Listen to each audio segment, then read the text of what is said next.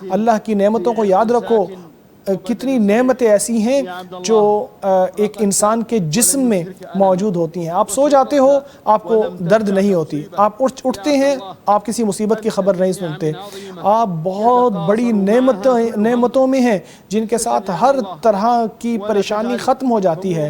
نعمتوں کو یاد کرو اور چھوٹی چھوٹی فکریں اور چھوٹی چھوٹی جو مصیبتیں ہیں ان کی وجہ سے یہ نہ سوچو کہ آپ نعمتوں سے محروم ہو۔ اگر آپ کو بڑی نعمتیں یا بڑی مصیبتیں نظر آ جائیں تو آپ سمجھ جاؤ کہ جتنی مصیبتوں میں آپ ہو وہ بہت چھوٹی ہیں۔ آپ دیکھو کہ آپ اس ملک میں ہو جو امن والا ہے، یہاں دین بھی محفوظ ہے، آپ اپنے گھروں سے نکلتے ہو، آپ کا گھر محفوظ ہوتا ہے، آپ کے گھر والے محفوظ ہوتے ہیں، آپ کے مال محفوظ ہوتے ہیں، آپ آتے جاتے ہیں، سفر کرتے ہیں، گھومتے پھرتے ہیں۔ اللہ کا شکر ادا کرو، اللہ کی نعمتوں کا شکر ادا کرو اگر تم واقعی اللہ کی عبادت کرتے ہو۔ دیکھو اللہ تبارک و تعالیٰ نے آپ کے گھر بار کو پوری صحت کے اندر اور امن کے ساتھ اکٹھے رکھا ہے۔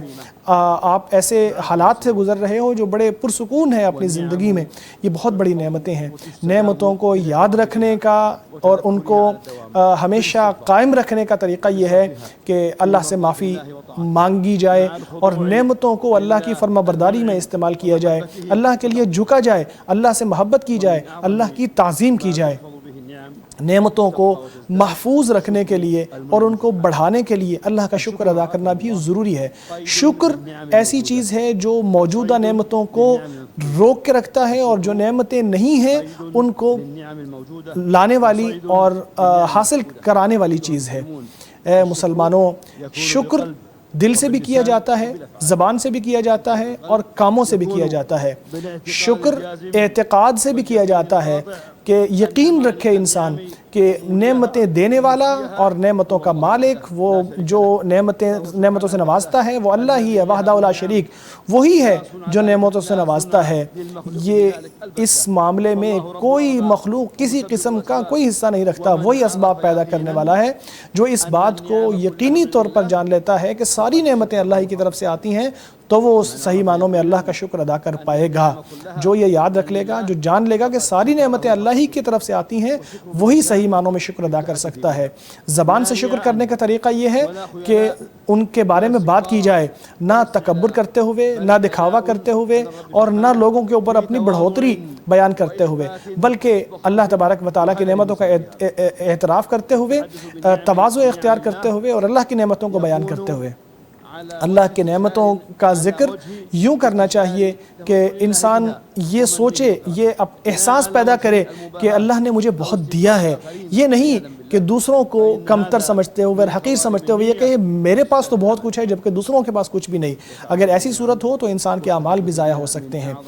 نعمتوں کو بیان کرنا شکر کا بہت بڑا ذریعہ ہے۔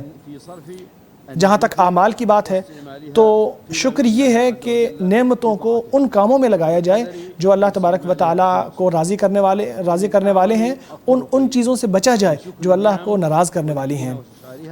نعمتوں کو یاد کرنے، ان کا احساس کرنے کا طریقہ یہ ہے کہ انسان اپنے آپ کو پوچھے کہ اگر تم سے یہ نعمت چھن جائے تو تمہارا حال کیا ہوگا، کتنی محنت تم کرو گے ان نعمتوں کو واپس لینے کے لیے۔